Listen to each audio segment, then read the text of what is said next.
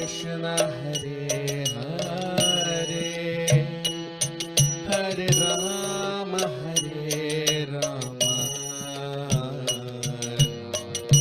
Rama Hare Hare Hare Krishna Krishna Krishna Hare Hare Hare Rama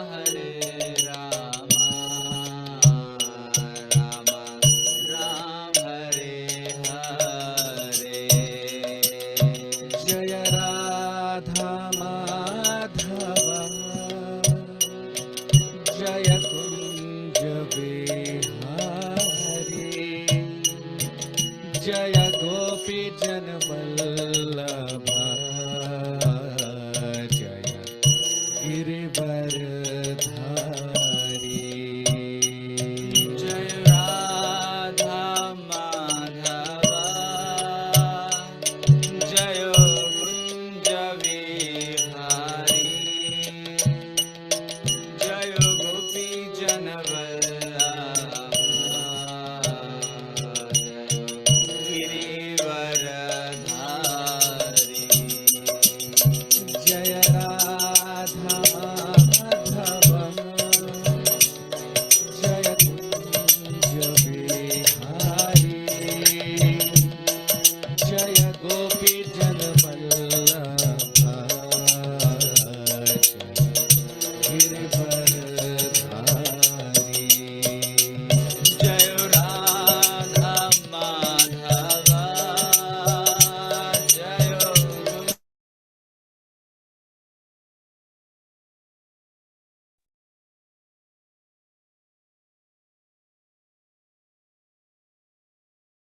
Hare Krishna. A very warm welcome to all of you for today's session on the Srimad Bhagavatam. We'll start our session with the prayers. Om Namo Bhagavate Vasudevaya. Om Namo Bhagavate Vasudevaya. Om Namo Bhagavate Vasudevaya. Narayanam Namaskritya Naram Chaiva Narottamam Devim Saraswatim Vyasam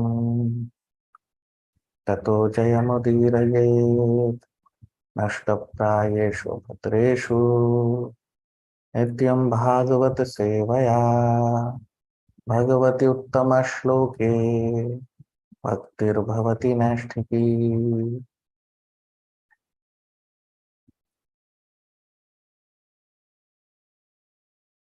So in our previous session, we discussed about the prayers of Lord Brahma to the Supreme Lord. And Lord Brahma is talking about the those living entities who are averse to the Lord, those who are not in line with the Lord's direction. They engage in material activities and they forget that the goal of life is to attain the Lord.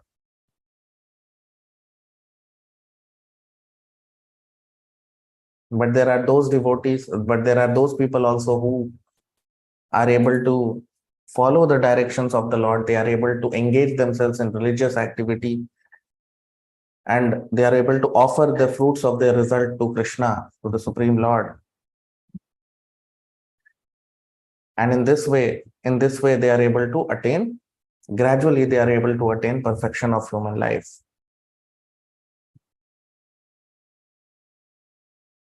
Then we saw in the last shloka of the previous session, Lord Brahma,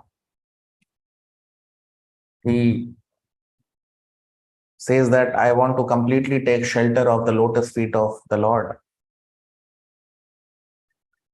And he says that a person who even unconsciously, if he chants the holy name of the Lord, then He is able to attain all perfection of human life.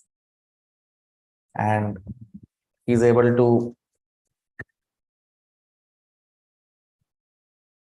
attain liberation from this material bondage. Even if one unconsciously,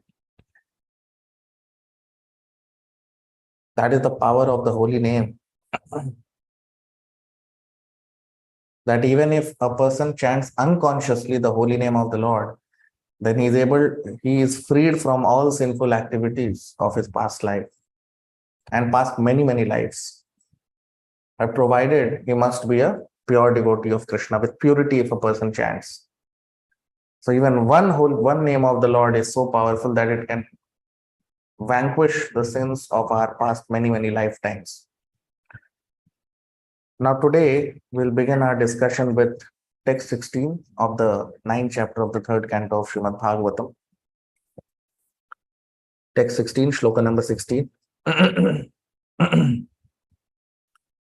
यो वा अहं च गिरिशश्च विभुः स्वयं च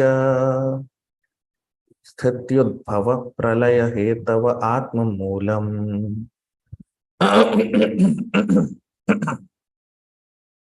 भित्त्वा त्रिपाद ववृध एक उरु परोहस् तस्मै नमो भगवते भुवनद्रुमाय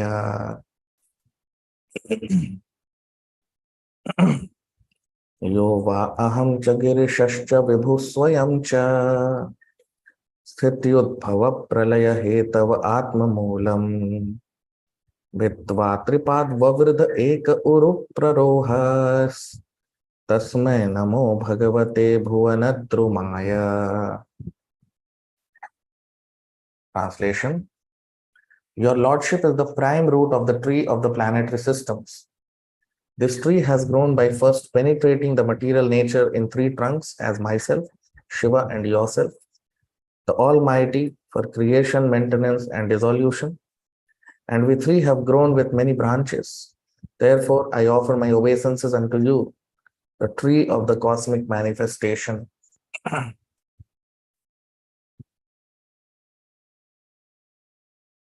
So now Lord Brahma in this shloka,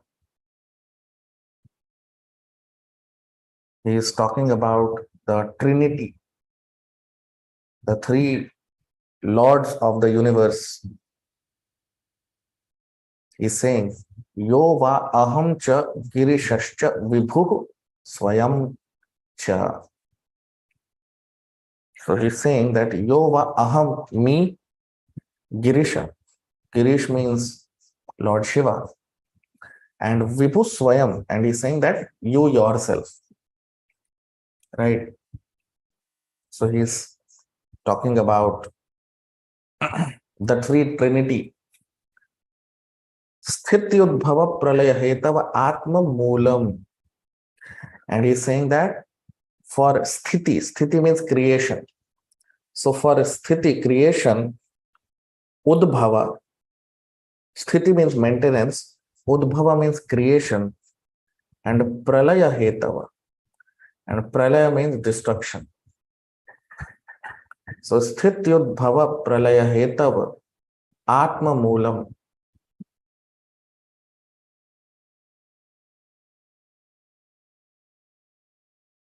And he is saying that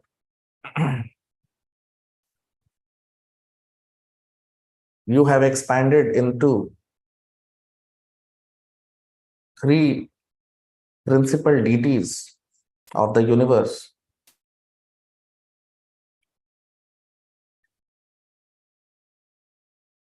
of which Atma Moolam, you are the root. You are the root of these 3 branches. Bhitva Tripad Vavridha Ek Uru Praroha. So he is saying that these are 3 path. 3 path means these are 3 trunks, or these are 3 branches. Vavridha Ekaha Uru Praroha. So there are many branches, of which these are the 3 primary branches of the tree, and the root of the tree is you. Lord Brahma is saying that the root of the tree is you. Moolam. Moolam is the root. You are the root of the tree of which these three branches have come about.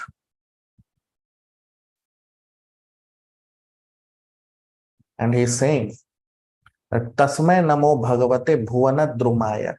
Drumaya again means the tree, and Bhuvan means this universal tree. And he's saying, Tasmai Namo Bhagavate, and I pay my humble obeisances, my Lord, unto you, because you are the root of this universal tree. You see, so Lord Brahma in this shloka,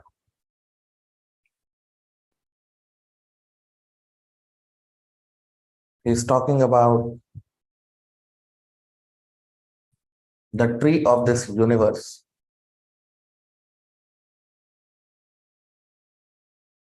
He's talking about the tree of the universe.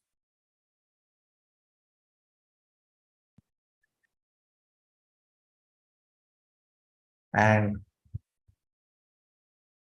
this same example, similar example is given in the Bhagavad Gita in the 15th chapter, where Lord Krishna, he says that Urdhu Moolam Adha Shakham Ashwatham Prahuravyayam,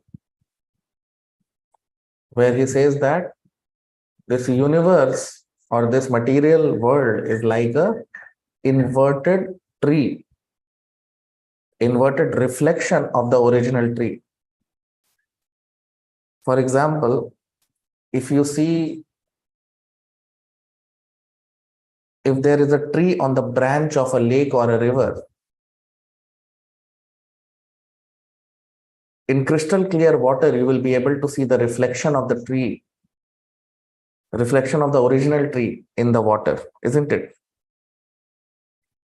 Now, the tree which is reflected in the water will be inverted. Inverted means the original tree will be bottom to top, but this inverted tree will be the reflection from root to bottom, top to bottom. So, but the root of both the trees will be the same, isn't it?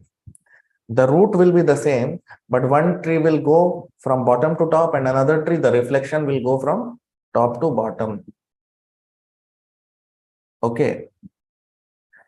So, this universe is compared to such a tree. This material world and the spiritual world. Basically, that example is given to substantiate the spiritual world and the material world. So, the original, if there is reflection, there has to be the original entity. Reflection is possible only if there is some original entity, isn't it? If there is no original entity, then there is no reflection, right?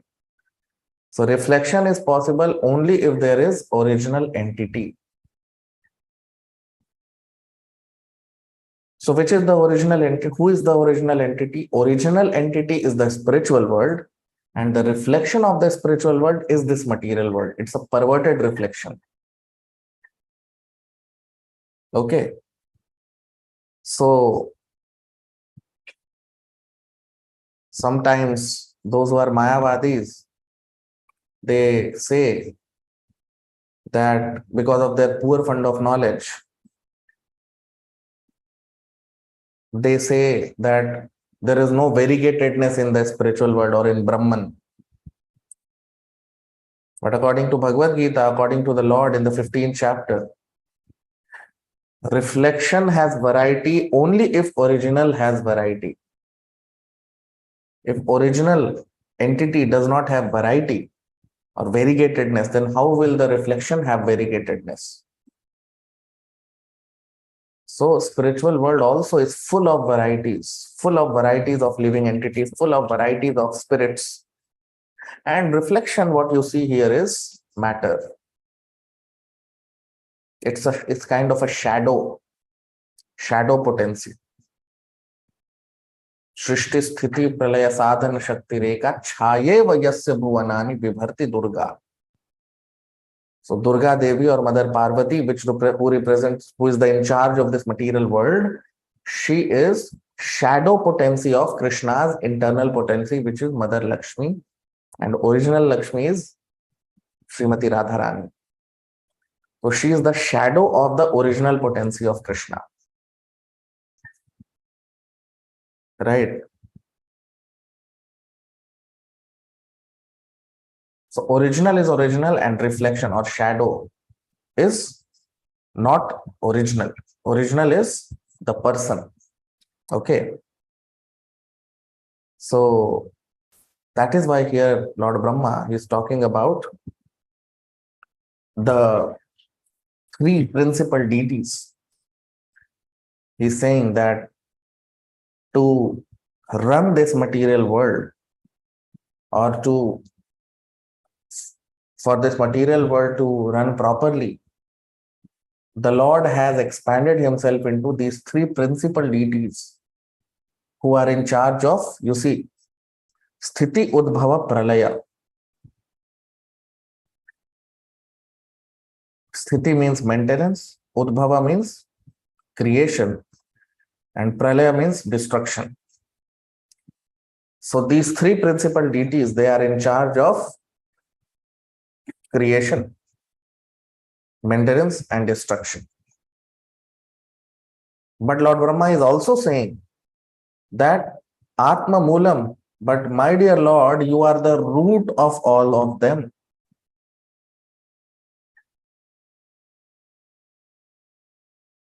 Of all the living entities or of all the principal deities, these three deities are most prominent in the whole universe. Lord Vishnu, Lord Shiva, and Lord Brahma. They are the principal deities of this material universe. Now, of them, Lord Vishnu is never subjected to this material creation, or he never becomes subjected to this material nature.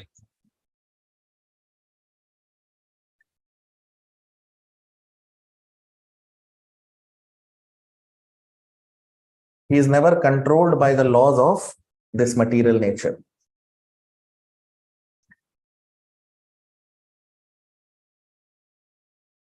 That's why it is said Vishnu Shakti Para Prokta. Lord Vishnu, of these three principal deities, he is never controlled by material nature. He controls material nature. Whereas Lord Shiva and Lord Brahma, they are, although very powerful, almost as powerful as Lord Vishnu, but they are sometimes within the control of this material nature. And material nature is controlled by Krishna. Krishna says in the Bhagavad Gita, Maya Dhakshena Prakriti Suyate Sacharacharam Hetu Nanena Kaunteya Jagad Viparivartate. So Lord Vishnu, he is the controller of this material nature, and this material nature or material energy, every other living entity except Lord Vishnu are all under the control of this material energy of the Lord. So of these three principal deities, that is the difference between Lord Vishnu and Lord Shiva and Brahma. Lord Shiva and Lord Brahma, they are sometimes controlled by the material energy. Whereas Lord Vishnu, he is always above the material energy. For the purpose of running this universe, he has taken the responsibility of maintenance. But actually, if you see, he is the person who is doing everything in this material world.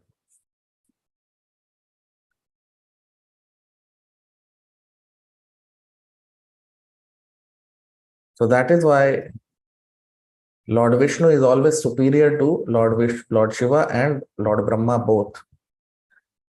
A person who considers this is one of the offense, or this is one of the aparadh, to consider Lord Vishnu as equal to Lord Shiva or Lord Brahma or any other demigod.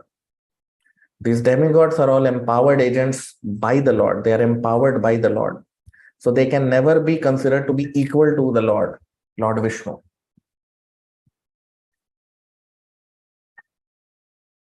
So a person who does that, he is called a Pashandi. In Sanskrit, the word is called Pashandi. Pashandi means he has no knowledge and he is an offender of Lord Vishnu. If he equates Lord Vishnu with any other personality in the universe, why? Because Lord Vishnu is you see, Lord Brahma, what is he saying? Atma Moolam. He is the root of everyone, whether it is material creation or the spiritual creation. Lord Vishnu is the root. And what is Lord Brahma saying? Tasmai Namo Bhagavate. And Lord Brahma, although he is the greatest living entity in the universe, still he's paying his respects, he's paying his obeisances to Lord Vishnu. So that is the position of Lord Vishnu. In all the Vedic scriptures, you will find so many times Lord Brahma offering his prayers to Lord Vishnu, Lord Shiva offering his prayers to Lord Vishnu. But you will never hear Lord Vishnu offering his prayers to anyone. No, he never does that.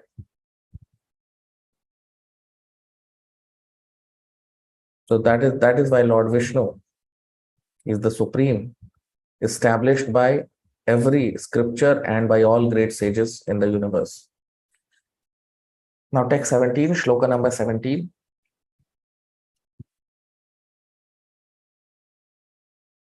Loko vikarma niratah kushale pramattah karmanyayam tvadudite bhavadarchane sve yastavadasya balavaniha jivita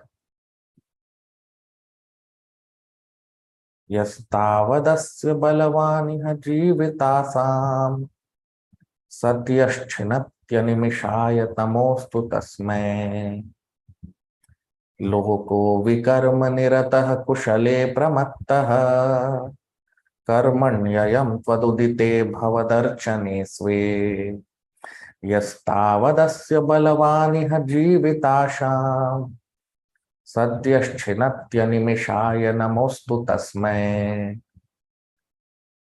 Translation. People in general all engage in foolish acts, not in the really beneficial activities which are enunciated directly by you for their guidance. As long as their tendency for foolish work remains powerful, all their plans in the struggle for existence will be cut to pieces.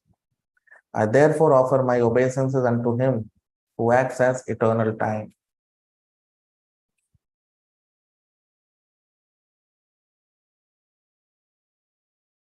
Now you see, what is Lord Brahma saying here? He's saying, Loko vikarma niratah kushale pramattah.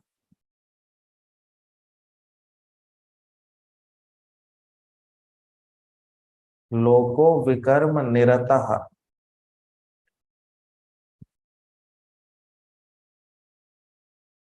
Vikarma means sinful activities. So, people, those who are engaged in vikarma nirata.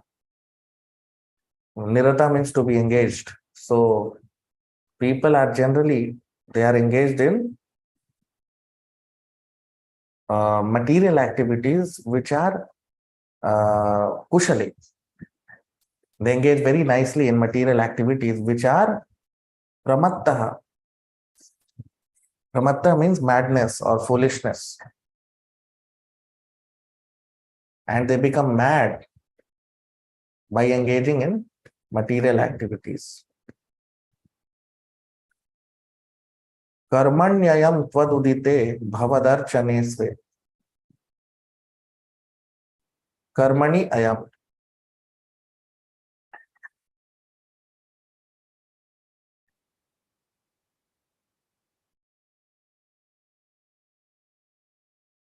And Lord Brahma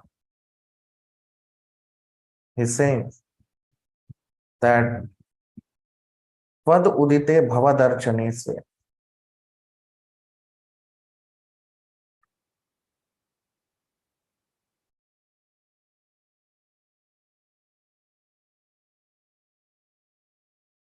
यस्तावदस्य बलवान इह जीविताशा. So he's saying that as long as they engage in such material foolish activities, Sadyashchinatyanimishaya namostu tasmai, all their plans of material advancement will be cut to pieces.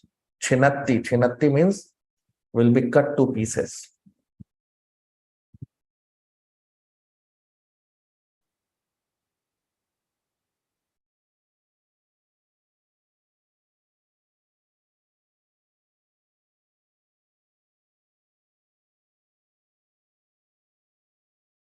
So this desire of a living entity to enjoy this material nature is, you see, yastavadasya balavan iha jivitasha. Their tendency to struggle and exist in this material world, their tendency uh, to work in this material world is great. Jivitasha. It is balwan. Balwan means very powerful.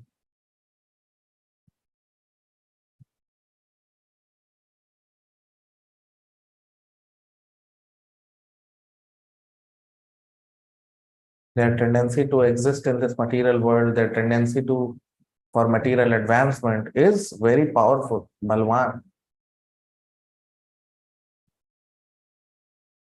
Bhavad karmanyayam tvad udite bhavadarchane se. Until they start bhavad archane. Archane means to worship. So till the people they start worshipping you, they will never become free from this tendency of material advancement and their strong desire to exist in this material world. All their plans to exist in the material world will be cut to pieces. You see. So how much ever a person may plan to live happily in this material world, it is impossible. Everyone wants to live happily, eternally in this material world, but is it possible? No. So many people have come, they have succeeded, and they have gone, they have vanished from this material world. Because this material world is not meant for that purpose. We cannot live here eternally in a particular body. We have to give up this material body. But we are eternal. We are not meant to give up this material body.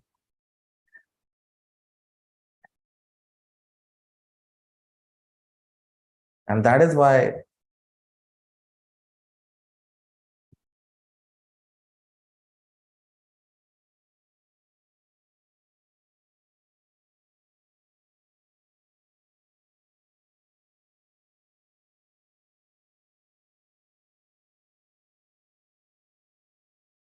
we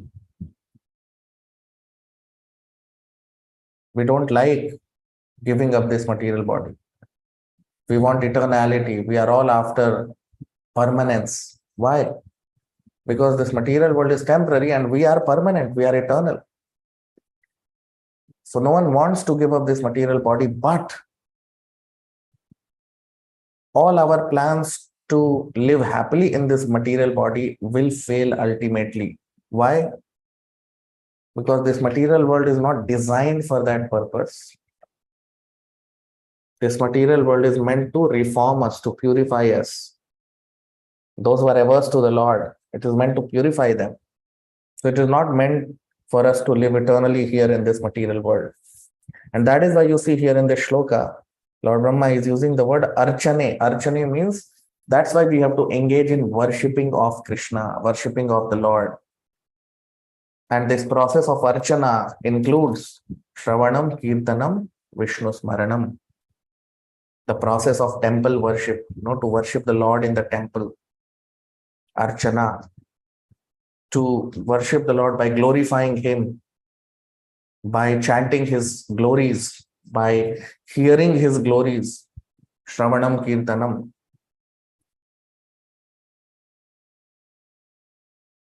So Lord Brahma, he is saying that till people engage in Archana of the Lord, all their plans in this material world will be cut to pieces, will be destroyed. So people may plan so much, but all their plans will be ultimately failure because they are not worshipping the Lord. This material world is created by the Lord. It is for he has created for a purpose. And that is why we have to worship the Lord. We have to please him so that we fulfill the purpose of this material creation. Otherwise, those who want to enjoy this material nature, those who want to eternally live here, and those who want to make this world a better place to live, all their plans to make this world a better place to live will completely be destroyed by the laws of material nature. You cannot become the Lord. Don't try to become the Lord. No. He's the controller. We just have to serve him. We are servants. He's the master. The human life is meant to serve the Lord. Human life is meant for God realization. So that is why, however great a person may be in material estimation, however great a person may be in doing material, beneficial or good work, ultimately he is not good in the eyes of the Lord. Because he is entangling himself also and he is entangling others also in this material world. So only the devotees of the Lord are bona fide people who are eligible for liberation. Others are only struggling here for zero benefit. They are simply struggling here, changing bodies continuously, life after life, and simply struggling here without any benefit in this material creation. Now text 18, Shloka number 18.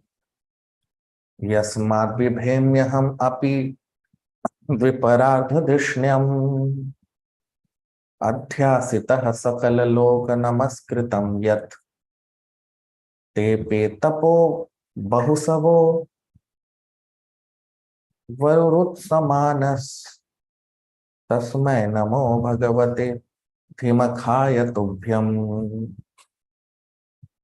yasmad vibhemyaham api viparadhadishnyam adhyasitah sakala loka namaskritam yat te pe tapo bahusavo varurut samanas tasmai namo bhagavate dhimakhaya tubhyam. Translation. Your Lordship, I offer my respectful obeisances unto you, who are indefatigable time and the enjoyer of all sacrifices. Although I am situated in an abode which will continue to exist for a time duration of 2 parardhas, although I am the leader of all other planets in the universe, and although I have undergone many, many years of penance for self-realization, still I offer my respects to you. You see. So what is Lord Brahma saying here?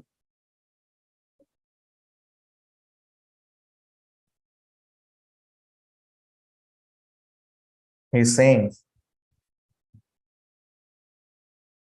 that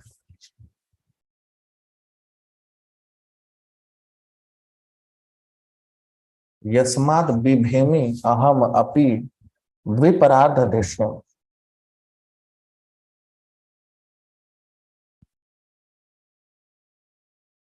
Viparadhadishyam adhyasitah sakala loka namaskritam yat. So Lord Brahma, he is saying that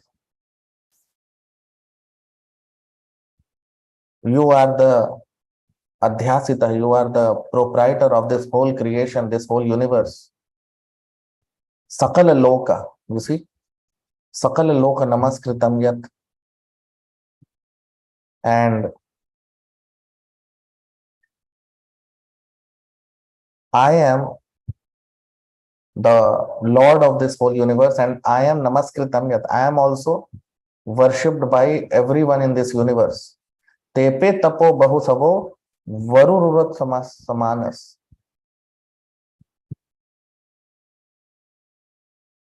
And I have undergone, you see, the words which are being used by Lord Brahma. Tepe tapo bahu savo. I have undergone lot of tapasya. Varurut samanas, to attain you, to attain you, to attain your darshan, to see you. I have undergone lot of penances in this universe, and that's why I am respected all over the universe as the Lord of the universe, or as the greatest being in the universe. Right? But still, Tasmai Namo Bhagavate Dhimakhaya Tubhyam. But still, I offer my respectful obeisances unto you, because you are the Lord of the universe. You see, the Lord Brahma is the greatest personality in the universe, because his duration of life is the longest in the universe, and is the most respected personality in the universe by all the demigods, because of his influence, because of his austerity, because of his penance. But although he is the most respectable personality in the universe, still here Lord Brahma is saying that I am offering my respects, offering my obeisances unto the Lord. So if Lord Brahma is offering his obeisances unto the Lord, then what to talk of tiny living entities like us, like human beings?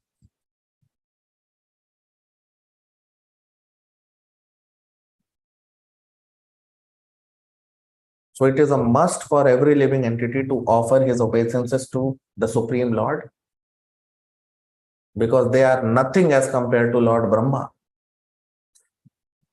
So it is must for every living entity to offer their respects, offer their obeisances to Lord, the Supreme Lord, regularly. If Lord Brahma is doing that, then who are we to not worship or to not offer our respects to Lord Vishnu, Lord, the Supreme Lord? So it has to be done by every living entity in the universe. And the example is set here by Lord Brahma. Although he is the greatest living entity, but still he is paying his obeisances to the Lord to show us by example that what is the duty of every living entity in the universe. So that's what we are seeing here in these shlokas. So you can like the video, comment, you can subscribe to our YouTube channel, try to share as much as possible. We'll stop here. We'll continue our discussion in the next session. Thank you very much. Hare Krishna.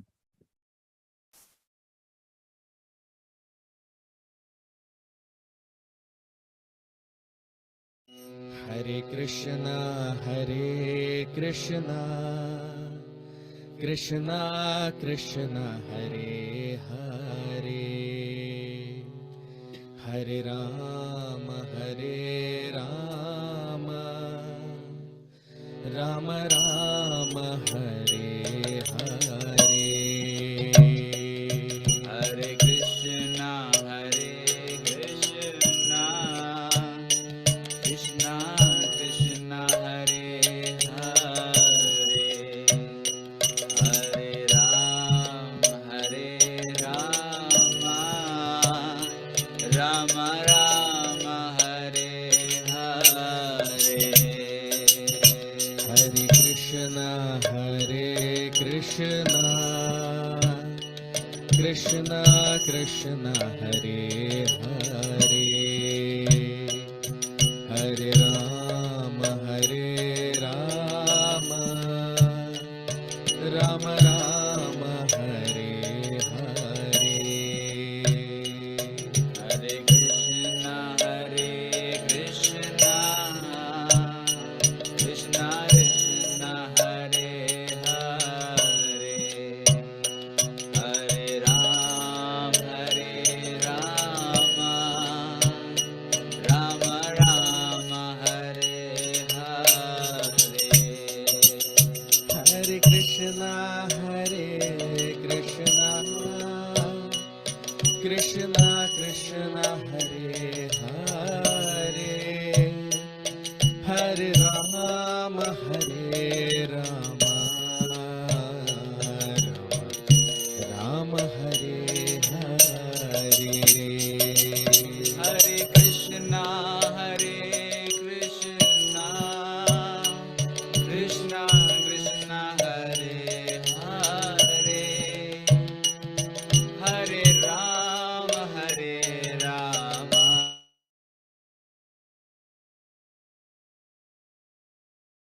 हरे कृष्णा।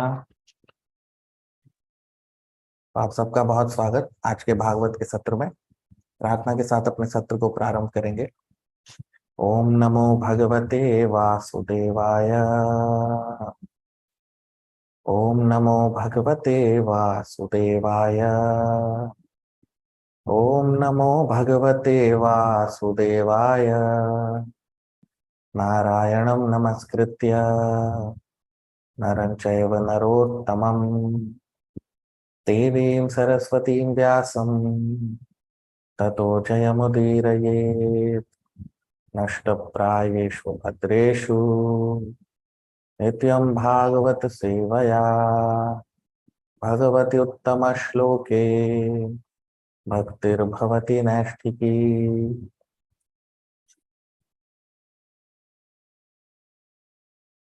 तो हमने देखा अपने पिछले सत्रों में ब्रह्मा जी भगवान श्री कृष्ण से भगवान विष्णु से अपनी प्रार्थनाएं कर रहे हैं और उनको बता रहे हैं कि किस प्रकार जो मनुष्य भगवान से विमुख हो गए हैं उनके लिए मनुष्य जीवन व्यर्थ में वो अपना व्यर्थ कर रहे हैं भौतिक चीजों में, भौतिक क्रियाकलापों में।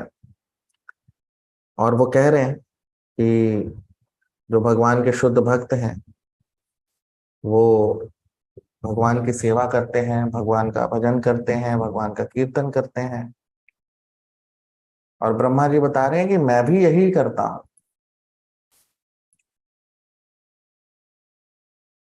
वो कह रहे हैं कि कोई भी मनुष्य यदि अपना समर्पण भाव से भगवान की सेवा करता है तो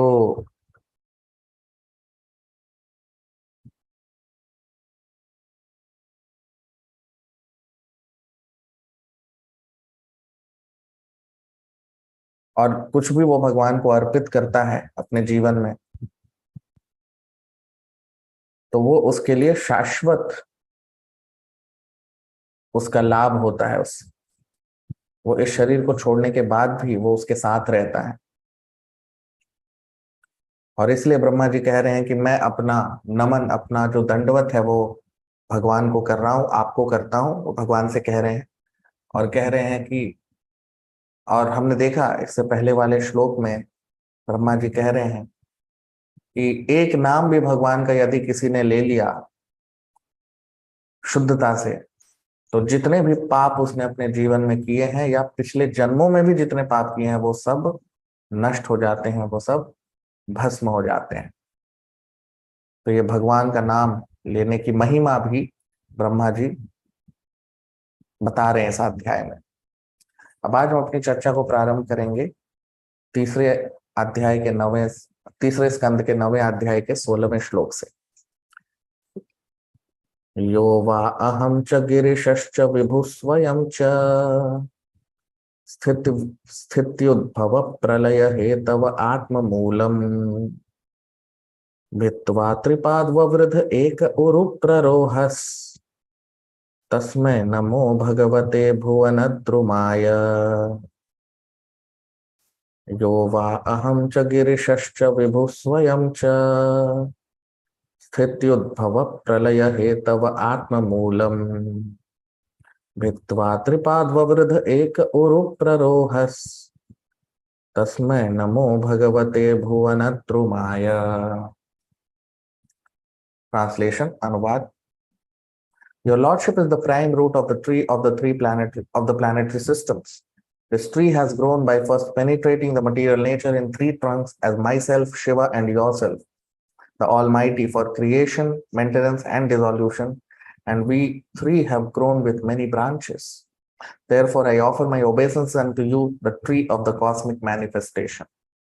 अब हम इसका अनुवाद देख लेते हैं हिंदी में। तो ब्रह्मा जी कह रहे हैं कि इस पूरे जड़ जगत के आप ही मूल हैं और ये जड़ जगत का जो पेड़ है इसके 3 शाखाएं मैं, शिव, भगवान शिव और आप हैं जो इस सृष्टि में सृजन, प्रलय और स्थिति, पालन के प्रतिनिधि हैं। और इसीलिए मैं आपको दंडवत कर रहा हूं, क्योंकि इस सब के जड़ आप हैं, सबके मूल आप हैं। अब आप देखिए,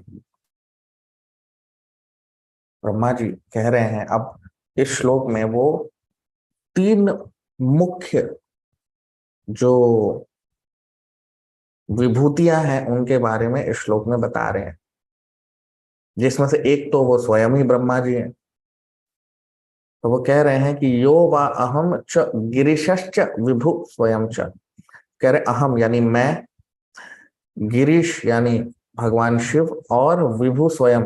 और कह रहे हैं कि आप स्वयं, आप महान, आप स्वयं स्थिति उद्भव प्रलय हेतवा। स्थिति, प्रलय और उद्भव यानी पालन करना, विनाश करना और उद्भव करना यानी प्रकट करना, आत्म मूलम, इस तीनों के आप ही जड़ है। इस तीनों के आप ही जड़ है।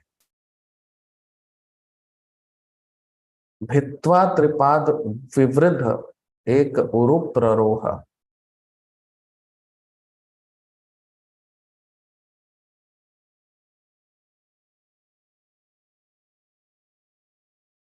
और कह रहे हैं कि त्रिपाद ववृद्ध एक उरु प्ररोह।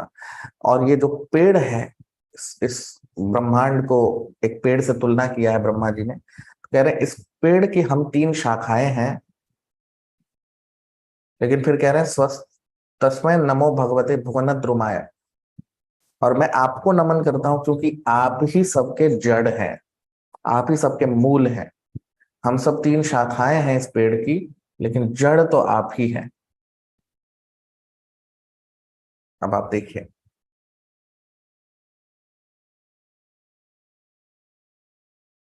तो ये 3 मुख्य विभूतियां हैं इस ब्रह्मांड में, जैसा हम सब जानते हैं, जिसमें से ब्रह्मा जी भी एक हैं। तो ब्रह्मा जी जो हैं वो दूसरे रचयिता है। पहले रचयिता तो स्वयं भगवान है, दूसरे रचयिता है भगवान शिव, विनाश करते हैं। लेकिन पालन करना, सृष्टि की को चलाना, वो भगवान विष्णु ने वो दायित्व दिया हुआ है।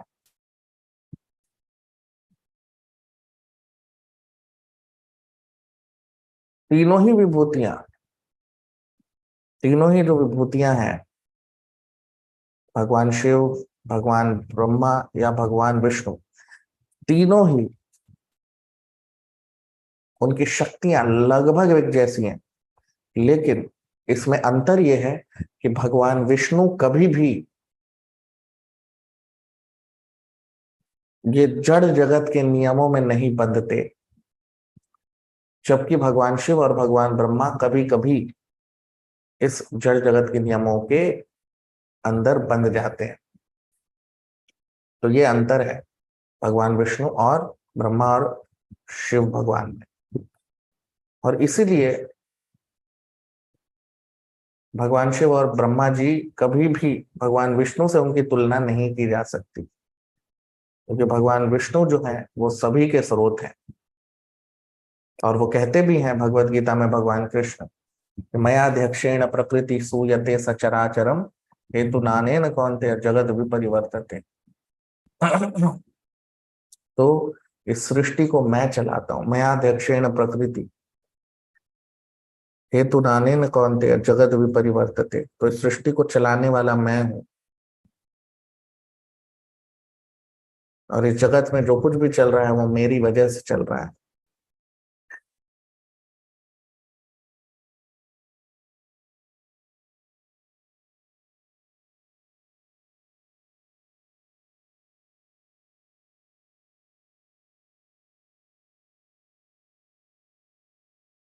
और ब्रह्मा जी इस श्लोक में एक और तत्व है, वो इस ब्रह्मांड को एक पेड़ से तुलना कर रहे हैं।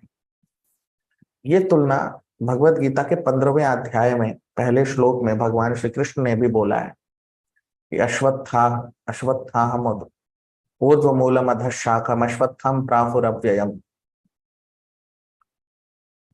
तो कह रहे हैं भगवान श्री कृष्ण उसमें तुलना कर रहे हैं कि नदी के तट पे जो पेड़ होता है उसका कई बार प्रतिबिंब हमको नदी या किसी झील के पास या किसी भी तालाब के को उसके तट पे यदि कोई पेड़ उगा हुआ हम देखें तो उस दिन में जब पानी बिल्कुल शांत है तो उसमें हम अगर जाएंगे तो हम देखेंगे कि वो पेड़ एक तो वास्तविक पेड़ है और एक उसका प्रतिबिंब हमको पानी में दिखता है। अब जड़ दोनों ही पेड़ का एक ही है।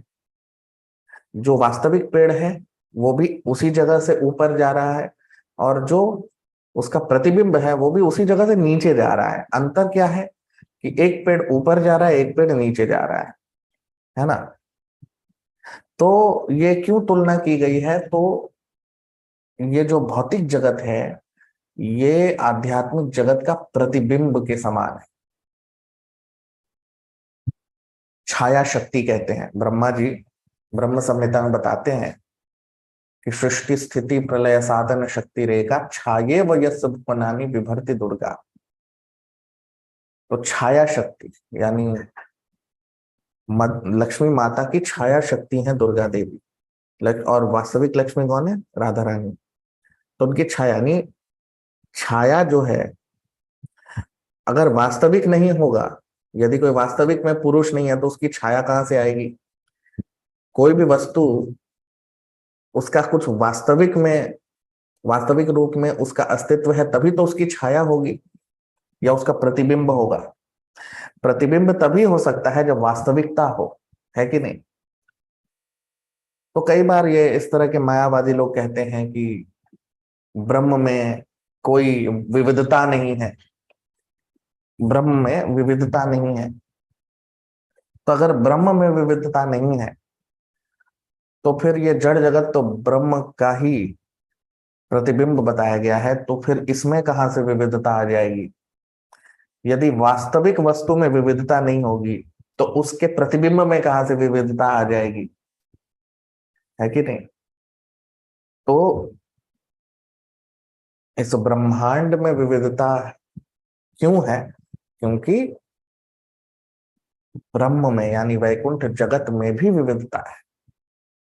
अलग अलग तरह के जीव हैं जो अपनी वास्तविक अवस्था में है और ये जड़ जगत उसी का प्रतिबिंब के समान है। यहाँ पे सब कुछ जड़ अवस्था में है। तो ब्रह्मा जी कह रहे हैं कि चाहे वो आध्यात्मिक जगत हो या फिर जड़ जगत, दोनों के जो मूल हैं वो तो भगवान विष्णु ही हैं। और इसीलिए वो कह रहे हैं कि तस्मै नमो भगवते भुवन द्रुमाया। और इसीलिए वो कह रहे हैं कि हे प्रभु, हे भगवान, मैं आपको नमन कर रहा हूं, मैं आपको दंडवत कर रहा हूं क्योंकि आप इस पूरे जगत के मूल हैं, इस पूरे जगत के जड़ हैं आप। इसकी शाखाएं अलग अलग हैं, मुख्यतः 3 शाखाएं हैं, ब्रह्मा, विष्णु और भगवान शिव। लेकिन इस सब के जो वास्तविक जड़ है वो भगवान विष्णु है। इसीलिए कभी भी भगवान विष्णु से हम किसी भी देवता की तुलना नहीं करते। जो लोग भगवान शिव या ब्रह्मा जी को भगवान विष्णु के बराबर मानते हैं उन्हें शास्त्रों में पाषंडी बताया गया है, क्योंकि ये इससे पता लगता है कि उन्हें ज्ञान नहीं है, क्योंकि भगवान विष्णु की तुलना किसी से भी नहीं की जा सकती। जो ऐसा करता है वो अपराधी होता है, वो अपराध करता है भगवान के प्रति। क्योंकि ब्रह्मा जी स्वयं यहाँ कह रहे हैं कि हम तीनों में श्रेष्ठ कौन है? भगवान विष्णु।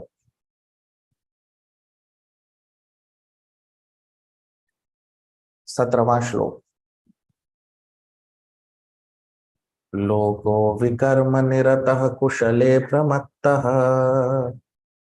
कर्मण्ययं त्वदुदिते भवदर्चने स्वे।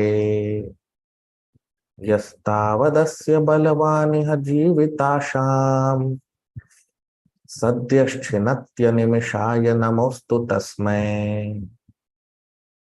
लोको विकर्म निरतः कुशले प्रमत्तः कर्मण्ययं त्वदुदिते भवदर्चने स्वे। यस्तावदस्य बलवानिह जीविताशाम् सद्यश्चिनत्यनिमिषाय नमोस्तु तस्मै। ट्रांसलेशन अनुवाद। People in general all engage in foolish acts, not in the really beneficial activities, which are enunciated directly by you for their guidance. As long as their tendency for foolish work remains powerful, all their plans and the struggle for existence will be cut to pieces. I therefore offer my obeisances unto him who acts as eternal time. अब हम इसका अनुवाद देख लेते हैं हिंदी में। तो ब्रह्मा जी कह रहे हैं कि मुख्यतः जो लोग होते हैं वो मूर्खतापूर्ण कर्म करते हैं जो उनके लाभ का नहीं है, और आपके बताए हुए कर्मों को वो नहीं करते। और जब तक इस तरह की मूर्खतापूर्ण क्रियाएं वो करते रहेंगे, उनके सारे जो प्रयोजन है इस जगत में वो नष्ट होते रहेंगे। और इसलिए मैं आपको दंडवत करता हूं, क्योंकि आप ही इस जगत में काल के रूप में उपस्थित हैं। काल आपकी ही शक्ति है। अब आप देखिए,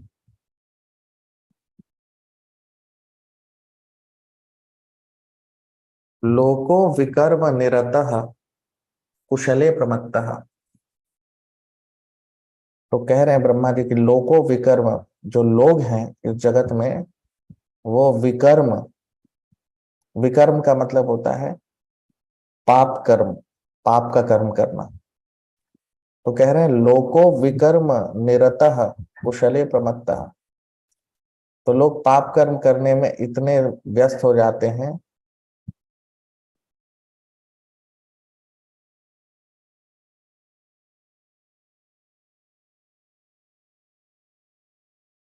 तो कह रहे हैं कि लोग मुख्यतः विकर्म यानी गलत कर्म करने के आदी हैं इस जगत में, कुशले, और उनको ऐसा लगता है कि ये बहुत अच्छे से कर रहे हैं, जिसकी वजह से वो प्रमत्त, वो पागल हो चुके हैं। लोग मूर्खतापूर्ण कर्म करते रहते हैं।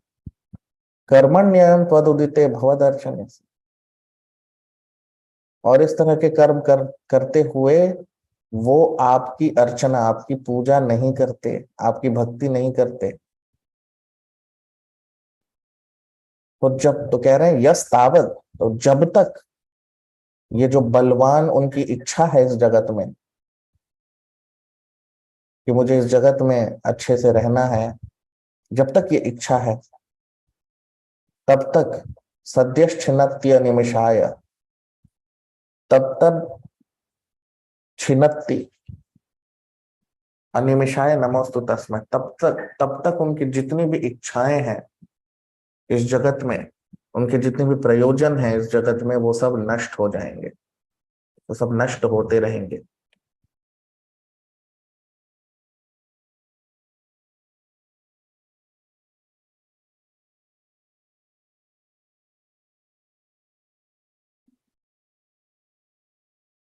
अब आप देखिए,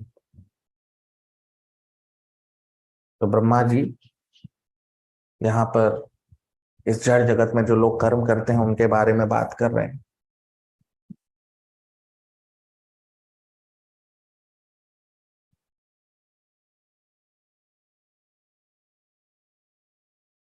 क्योंकि ये जो जड़ जगत है ये हमारे लिए नहीं बनाया गया है और हमने नहीं बनाया है।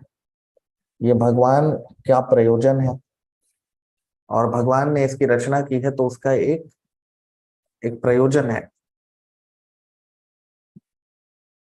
लोग इस जड़ जगत में भौतिक कर्मों में लगे रहते हैं, अपने शरीर से संबंधित और भौतिक कर्मों में अपना जीवन जो है वो व्यर्थ में समय अपना व्यतीत करते रहते हैं,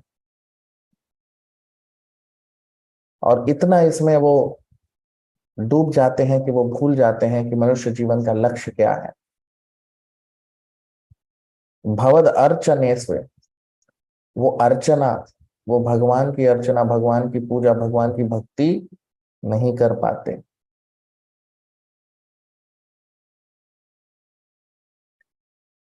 और ये इच्छा उनकी इस जड़ जगत में, इस जड़ जगत को अच्छा बनाने की, इस जड़ जगत में अच्छे से रहने की, ये इतनी प्रबल बलवान इच्छा है ये।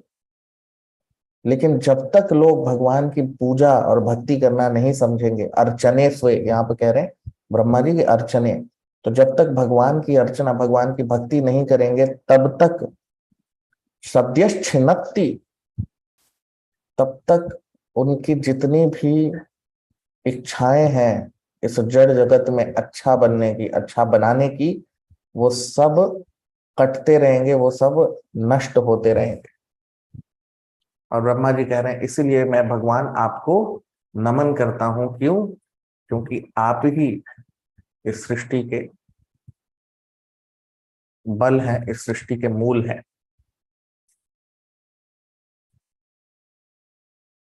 अब आप देखिए,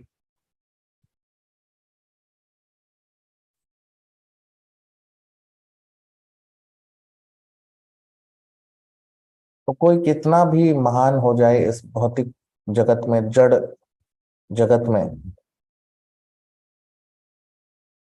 जब तक वो भगवान की भक्ति और भगवान की पूजा, भगवान की का भजन नहीं करेंगे, तब तक उनके सारे जो प्रयोजन है इस जगत में वो नष्ट होते रहेंगे। आप देखिए, कितना भी कोई कुछ भी कर ले, शरीर तो एक दिन सबको छोड़ना है। हम शाश्वत है, हम सनातन है, हम सच्चिदानंद है। सत का मतलब शाश्वत। और इसीलिए कोई भी मनुष्य ये नहीं चाहता है कि उसकी मृत्यु हो जाए। क्यों? क्योंकि हम शाश्वत है, हम सनातन है, हम जीवात्मा है, हमारी मृत्यु नहीं हो सकती। इसीलिए किसी को मृत्यु नहीं पसंद है। किसी को जड़ जगत में, इस जड़ जगत में सभी शाश्वत जीवित रहना चाहते हैं। लेकिन क्या वो संभव है? नहीं, क्योंकि इसको भगवान ने बनाया, और बनाया इस तरह से है ताकि हमारा यहाँ शुद्धिकरण हो और ताकि हम भगवत धाम वापस जा सकें। लक्ष्य तो ये है इस जड़ जगत का। और वो कैसे होगा? वो सिर्फ मनुष्य जीवन में हो सकता है यदि मनुष्य भगवान की भक्ति करे, उनकी सेवा करे, उनकी अर्चना करे। तो जो इसको नहीं करते, वो इसी जगत में उनका जो जीवन है वो चलता रहेगा, जो जिसके लिए हम बने नहीं। तो इसीलिए ब्रह्मा जी कह रहे हैं कि निष्कर्ष ये है कि सिर्फ जो भगवान के शुद्ध भक्त हैं और जो भक्त हैं, वही लोग इस सृष्टि में, इस जगत में मोक्ष के लायक हैं। बाकी जितने भी लोग हैं वो सिर्फ इस जीवन में मूर्खतापूर्ण क्रियाएं कर रहे हैं, जिसका कोई भी लाभ नहीं मिलने वाला है।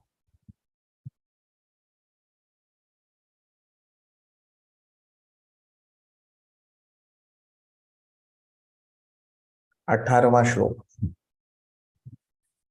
यस्मात् बिभेम्यहमपि द्विपरार्धधिष्ण्यम् अध्यासितः सकललोक नमस्कृतं यत् ते तपो बहुसवो वरुरुत्समानस् तस्मै नमो भगवते धीमखाय तुभ्यम्। यस्माद् बिभेम्यहमपि द्विपरार्धधिष्ण्यम् अध्यासितः सकललोक नमस्कृतं यत् ते तपो बहुसवो वरुरुत्समानस् तस्मै नमो भगवते धीमखाय तुभ्यम्। ट्रांसलेशन, अनुवाद।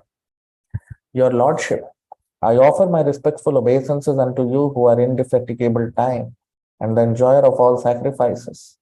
Although I am situated in an abode which will continue to exist for time duration of 2 parardhas, although I am the leader of all other planets in the universe, and although I have undergone many, many years of penance for self-realization, still I offer my respects unto you. अब हम इसका अनुवाद देख लेते हैं हिंदी में। तो ब्रह्मा जी कह रहे हैं कि हे मेरे भगवान प्रभु विष्णु, मैं आपको दंडवत करता हूं क्योंकि आप ही इस सृष्टि के भोक्ता हैं। भले ही मैं अपने जगत में, अपने लोक में रहता हूं जो दो परार्थ का जिसकी अवधि है, और भले ही मैं सारे ग्रहों का नेतृत्व कर रहा हूं, और भले ही मैंने बहुत तपस्या और बहुत दिनों की तपस्या की है आपके दर्शन के लिए, लेकिन तब भी मैं आपको अपना नमन, अपना दंडवत कर रहा हूं। अब आप देखिए, ब्रह्मा जी कह रहे हैं यस्माद बिभेम हम अपि द्विपरार्ध दिश्यम, तो कह रहे हैं कि मैं, मेरा जो धाम है, मेरा जो लोक है, वो दो परार्ध का है, और मैं अध्यासित सकल लोक नमस्कृतम यत्, पूरे लोक में सभी लोग मुझे नमस्कार करते हैं क्योंकि मैं सभी लोगों का नेतृत्व करता हूं, मैं सबके ऊपर हूं, पूरे ब्रह्मांड में सबका नेतृत्व करता हूं। तेपे तपो बहु सहो वरुरुत समानस, और मैंने बहुत तपस्या की है, कई सालों की, कई करोड़ों सालों की तपस्या की है, जिसके बाद आपके मुझे दर्शन हुए हैं। लेकिन तस्मै नमो भगवते धीमकाय तुभ्यम, लेकिन मैं उसके बाद भी आपको नमन कर रहा हूं और दंडवत कर रहा हूं। अब आप देखिए, तो ब्रह्मा जी जो है वो पूरे ब्रह्मांड के सबसे मुख्य व्यक्ति हैं, मुख्य जीव हैं, सबसे महान व्यक्ति हैं वो पूरे ब्रह्मांड में, और वो सबसे अधिक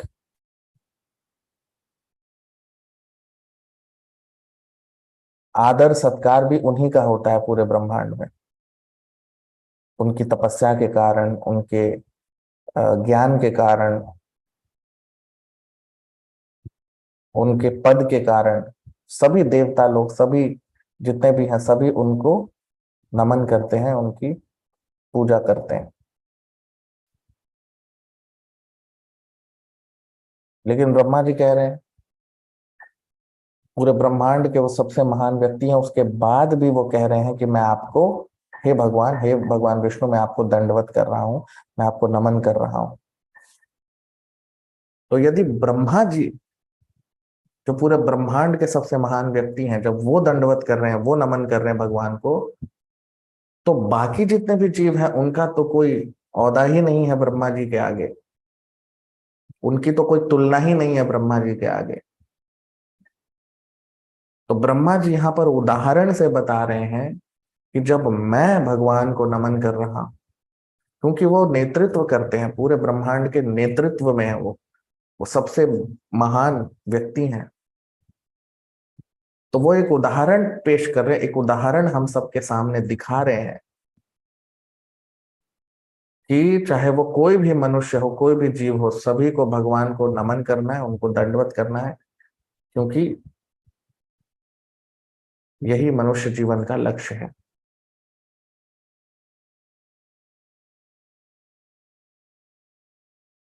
तो चाहे वो कोई भी जीव हो इस ब्रह्मांड में, कितना भी महान हो, वो भगवान से उसकी तुलना नहीं हो सकती। और जब ब्रह्मा जी और शिव जी भगवान को अपना नमन करते हैं, तो बाकी लोगों की क्या हैसियत है, बाकी लोगों की क्या का पद है कि वो भगवान को नमन नहीं करते। तो सभी का ये दायित्व है, जब ब्रह्मा जी कर रहे हैं, इसका मतलब जब वो शीर्ष नेतृत्व जब भगवान को नमन कर रहे हैं, तो बाकी सारे जीवों की का भी यही दायित्व है कि वो भगवान को नमन करें, उनके भक्त बने, उनको दंडवत करें, उनकी भक्ति करें, भजन करें। तो वही ब्रह्मा जी यहाँ पर बता रहे हैं। तो आप लोग वीडियो को लाइक कर लीजिए, कमेंट कर लीजिए, सब्सक्राइब कीजिए, चैनल को जितना हो सके शेयर कीजिए। इस चर्चा को आगे बढ़ाएंगे अगले सत्रों में। बहुत बहुत धन्यवाद। हरे कृष्णा।